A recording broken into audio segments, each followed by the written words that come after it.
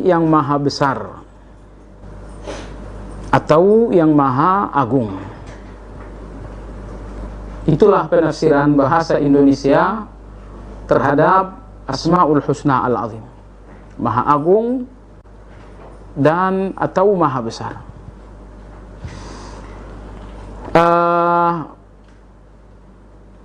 Di dalam hadis-hadis Nabi Sallallahu Alaihi Wasallam, Asmaul Husna Al-Azim pun tersebut beberapa kali secara tegas. Ambil contoh misalnya dalam hadis Abu Hurairah diriwayatkan Imam Bukhari dan Imam Muslim, Nabi Sallallahu Alaihi Wasallam bersabda, kalimatani khafifatani ala lisan, thaqilatani fil mizan, habibatani ila rahman. Kata Nabi Sallallahu Alaihi Wasallam, ada dua kalimat, ada dua ungkapan sangat mudah dalam ucapan, tetapi sangat berat dalam timbangan amal dan sangat dicintai oleh Ar-Rahman. Jadi mudah dalam ucapan, berat dalam timbangan, dan sangat dicintai oleh Allah Ar-Rahman. Apa itu? Kata Nabi SAW, Subhanallahil Azim, Subhanallah wa bihamdih, atau Subhanallah wa bihamdih, Subhanallahil Azim. Kita lihat dalam hadis ini, Asmaul Husna Al-Azim tersebut secara tegas. Atau misalnya dalam hadis yang kedua, Nabi pun menyebutkan Asmaul Husna Al-Azim dengan sangat tegas. Hadis sahih disahihkan oleh Syekh Albani dari Abdullah bin Amr bin As radhiyallahu ta'ala an.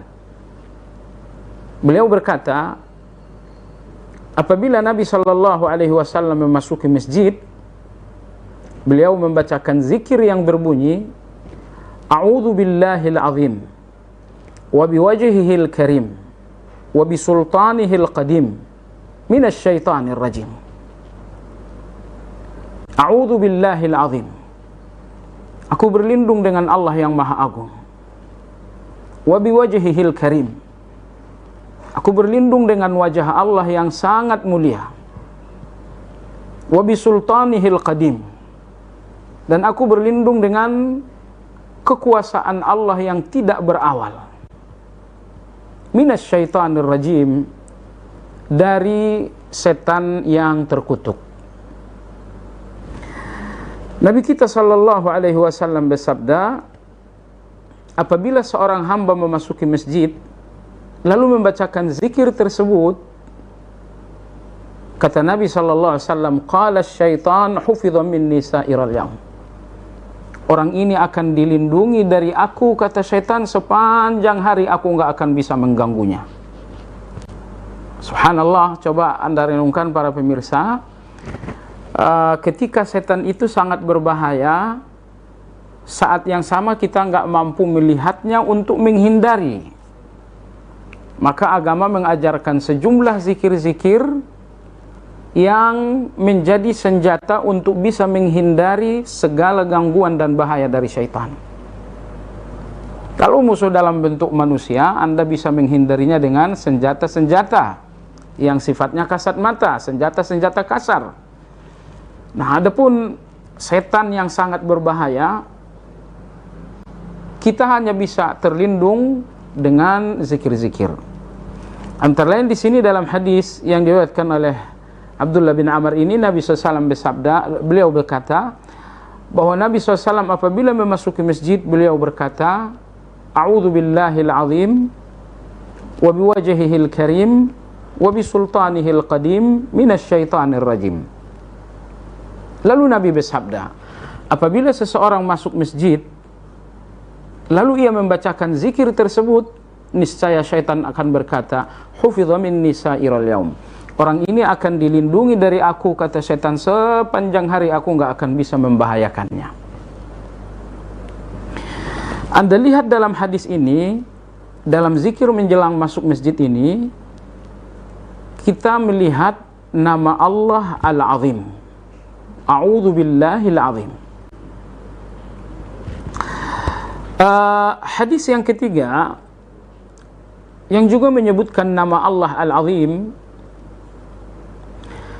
lagi-lagi sebuah zikir yang oleh Nabi disarankan untuk dibacakan dalam situasi-situasi yang sangat sulit.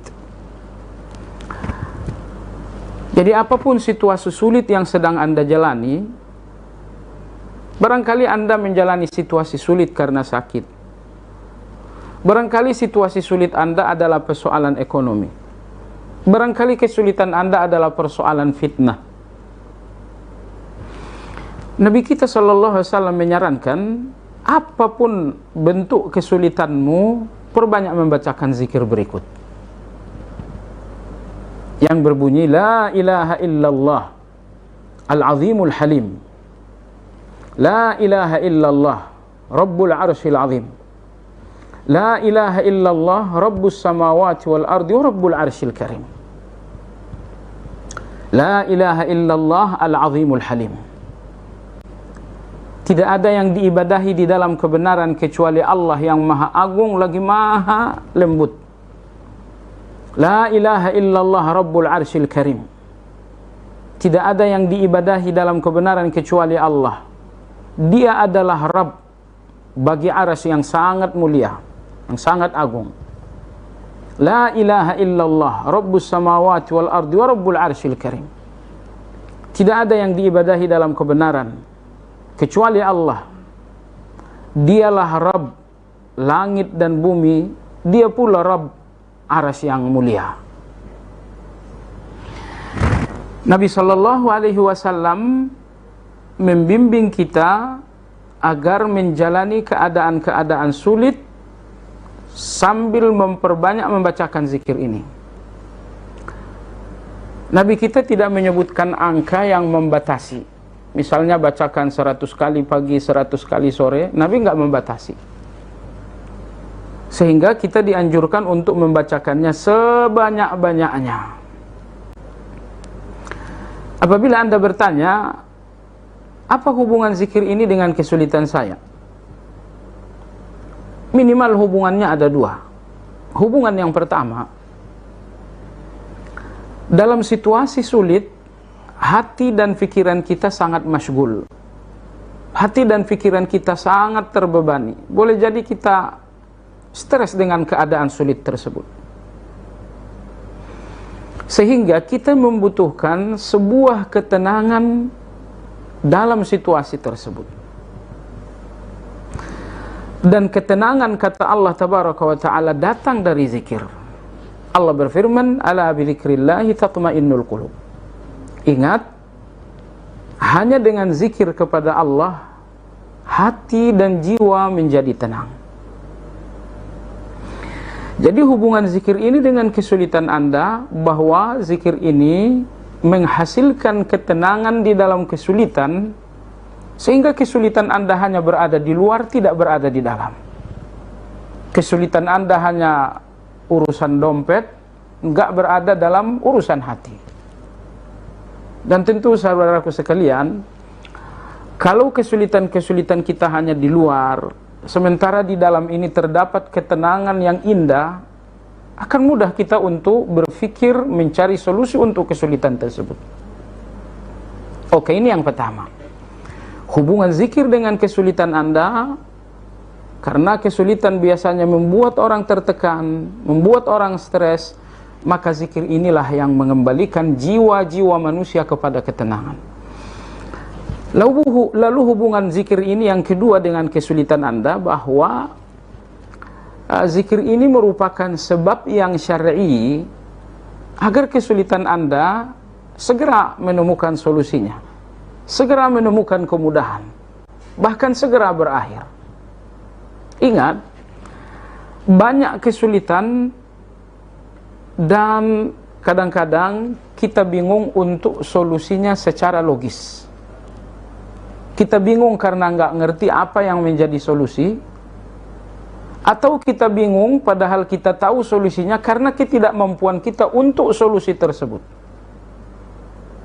Nah, ketika logika tidak memberikan jalan bagi Anda untuk menjemput solusi, maka Nabi Shallallahu Alaihi Wasallam memberikan Anda jalan menuju solusi. Maka Anda jangan tertekan ketika jalan menuju solusi yang logis tertutup, karena ada jalan menuju solusi yang secara syar'i terbuka untuk semua orang, yaitu perbanyaklah membacakan la ilaha illallah al-azimul halim, la ilaha illallah rabbul arsyil azim, la ilaha illallah rabbus samawati wal ardi wa rabbul arsyil karim. Dalam hadis ini kita kembali melihat bagaimana Nabi menyebutkan al-azim. Nah, saudaraku sekalian, para pemirsa Madani TV dimanapun Anda berada, penyebutan al-azim dalam 3 hadis ini sangat tegas, sebagaimana penyebutan al-azim di dalam ayat-ayat Al-Quran pun sangat tegas. Maka ulama-ulama kita berijma, bersepakat bahwa al-azim adalah nama Allah tanpa dikhilafiahkan. Berikutnya mari kita lihat apa yang menjadi penafsiran al-azim di kalangan para ulama-ulama kita. Imam Al-Asfahani rahimahullahu ta'ala, beliau mengatakan al-azamatu sifatun min sifatillahi la yaqumu laha khalqun. Al-azim, maha agung, adalah sebuah sifat yang khas bagi Allah tabaraka wa ta'ala. Tidak ada manusia yang betul-betul memiliki sifat azim, keagungan. Hanya saja kata beliau, wallahu ta'ala khalaqa bainal khalqi 'azamatan ya'dhumu biha ba'dhum ba'dha. Faminan nasi man yu'azzamu limal, wa minhum man yu'azzamu lifadl, wa minhum man yu'azzamu lil'ilm, wa minhum man yu'azzamu lisultan, wa minhum man yu'azzamu lijah, wa kullu wahidin minal khalqi innama yu'azzamu bima'nan duna ma'na. Kata Imam Al-Asfahani rahimahullahu ta'ala, keagungan secara sempurna hanya ada pada Allah subhanahu wa ta'ala. Sehingga keagungan yang sempurna itu tidak ada pada manusia. Akan tetapi Allah subhanahu wa ta'ala memberikan serpihan-serpihan keagungan itu kepada manusia, agar manusia hidup dalam situasi saling menghormati. Allah memberikan sedikit keagungan kepada orang tua. Allah memberikan sedikit keagungan terhadap orang yang berilmu. Allah memberikan sedikit keagungan bagi orang yang berharta, bagi orang yang menjabat, bagi orang yang punya kemampuan, bagi orang yang memiliki pendidikan. Jadi Allah Azza wa Jalla yang memiliki keagungan secara sempurna, secara total. Namun serpihan-serpihan dari keagungan itu, tetesan-tetesan keagungan itu dibagi-bagikan oleh Allah kepada manusia agar manusia hidup dalam situasi saling menghargai. Sekiranya Allah tabaraka wa ta'ala tidak memberikan tetesan-tetesan keagungan bagi manusia, niscaya kita akan hidup tanpa situasi saling menghargai. Tapi tidak demikian adanya. Agar hidup ini indah, kita butuhkan suasana saling menghargai. Dan agar situasi saling menghargai ini betul-betul hidup, maka Allah membagi-bagikan tetesan-tetesan keagungan. Tetesan keagungan itu diberikan kepada orang tua karena usia tua. Tetesan keagungan itu diberikan kepada orang berilmu karena ilmu. Tetesan keagungan itu diberikan kepada orang yang berpendidikan karena pendidikan, kepada pejabat, kepada orang kaya, kepada orang yang kuat, dan lain-lain. Nah, oleh karena keagungan yang diberikan kepada manusia hanya dalam ukuran yang sangat kecil, sekedar untuk kita saling menghargai saja, maka tidaklah sepantasnya keagungan yang sangat kecil itu membuat seseorang membusungkan dada, besar kepala, sombong, pongah, dan takabur. Tidak boleh. Jadi Allah berikan Anda satu tetes keagungan kecil sekali, hanya agar Anda dihormati orang lain. Maka jangan sampai keagungan yang hanya setetes itu membuat Anda kemudian takabur, besar hati, merendahkan orang lain.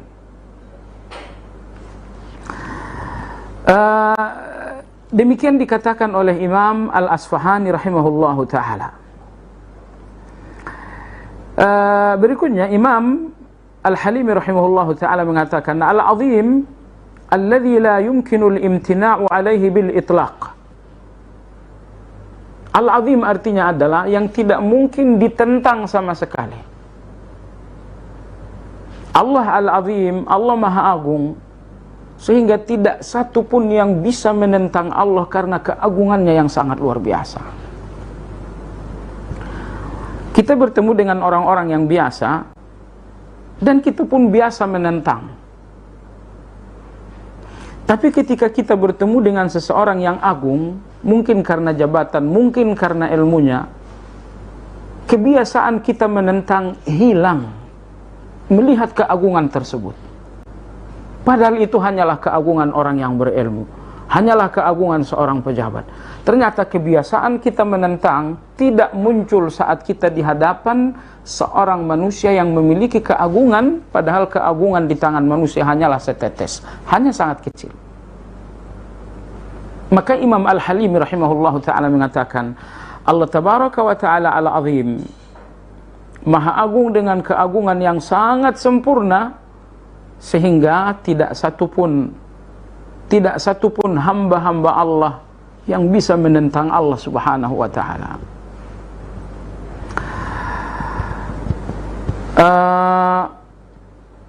Imam Ibnul Athir rahimahullahu ta'ala, beliau mengatakan, Al-Azim artinya, kata beliau, alladhi jawaza qadruhu azza wa jalla hudud al-uqul fala tudrikuhu al-absar wa la tudrikuhu al-uqul hatta la tutasawwar al-ihatatu bikunhihi wa haqiqatihi. Kata Imam Ibnul Athir, Al-Azim Allah Maha Agung dengan pengertian bahwa tidak ada logika yang mampu menjangkau Allah subhanahu wa ta'ala. Logika kita kecil, kemampuannya terbatas. Logika kecil dengan kemampuan yang sangat terbatas ini sama sekali tidak mampu menjangkau Allah secara utuh karena keagungan dan kemahabesaran Allah. Logika Anda bisa menjangkau sebuah objek. Misalnya Anda lihat sebuah bangunan yang ajaib, tapi dengan logika cerdas Anda masih bisa menjangkau bangunan yang sangat ajaib ini. Tapi Allah yang Maha Agung, Allah yang Maha Besar, betul-betul di luar jangkauan logika manusia. Nah, itu sebabnya Allah tabaraka wa ta'ala hanya dikenali dengan wahyu. Sebab hanya wahyu itulah yang mampu mendefinisikan Allah tabaraka wa ta'ala. Nah, adapun logika kita nggak bisa menemukan Allah tanpa bimbingan dari wahyu. Ya, Allah Maha Besar, logika kita sangat kecil. Bagaimana mungkin logika yang kecil ini dapat menjangkau Allah yang sangat Maha Besar? Al-Quranul Karim berbicara tentang Allah, tapi itu pun dalam batas-batas yang sesuai dengan logika kita yang sangat kecil. Jadi Anda jangan berpikir, apakah pembicaraan Al-Quran tentang Allah, pembicaraan yang telah total, pembicaraan yang telah menyeluruh, sehingga tidak ada lagi informasi tentang Allah yang tidak ada dalam Al-Quran? Jawabannya tidak. Al-Quran ini hanya berbicara tentang Allah dalam batas-batas logika manusia. Ya, dengan kata lain, Al-Quran ini berbicara tentang Allah sesuai dengan kemampuan manusia berfikir untuk Allah subhanahu wa ta'ala. Baik. Itulah beberapa penafsiran tentang nama Allah Al-Azim. Jadi kesimpulan, Allah subhanahu wa ta'ala azim, Maha Agung. Agung dengan segala penafsiran. Tidak ada satupun makna keagungan yang tidak ada pada Allah. Sementara manusia yang diagungkan hanya diagungkan dalam satu makna, hanya diagungkan dalam satu penafsiran, bukan dalam segala penafsiran. Misalnya orang berilmu hanya diagungkan dalam kapasitasnya orang berilmu. Di luar kapasitas itu dia sudah tidak agung lagi. Seorang pejabat diagungkan hanya dalam satu kapasitas yang sangat terbatas, yaitu hanya dalam kapasitasnya sebagai pejabat. Di luar kapasitas tersebut dia udah nggak diagungkan lagi. Nah, adapun Allah Al-Azim yang Maha Agung, Allah maha sempurna dalam keagungannya. Dalam pengertian, tidak ada tafsir keagungan yang tidak ada pada Allah. Maka yang pertama, Allah Subhanahu wa ta'ala Maha Agung dalam zat. Zat Allah Maha Agung. Maha Agung karena Allah tidak memiliki orang tua dan tidak punya anak. Kalau zat Allah membutuhkan orang tua, berarti zat Allah itu bergantung kepada sesuatu sebelum dirinya. Dan kalau zat Allah itu memiliki anak, berarti zat Allah itu bergantung kepada sesuatu yang akan melanjutkan dirinya.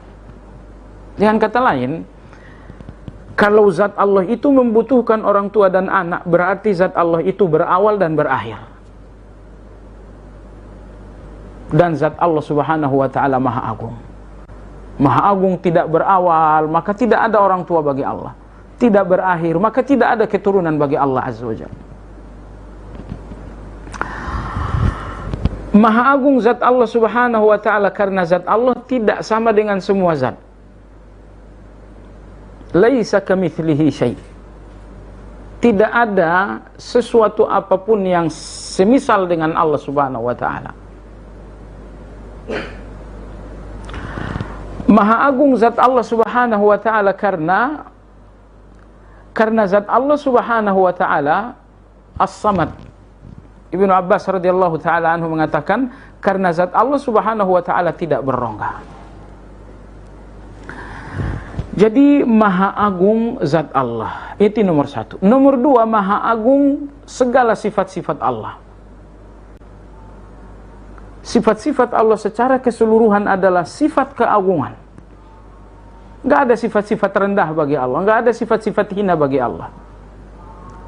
Kita manusia masih memiliki sifat-sifat rendah. Betul, kita memiliki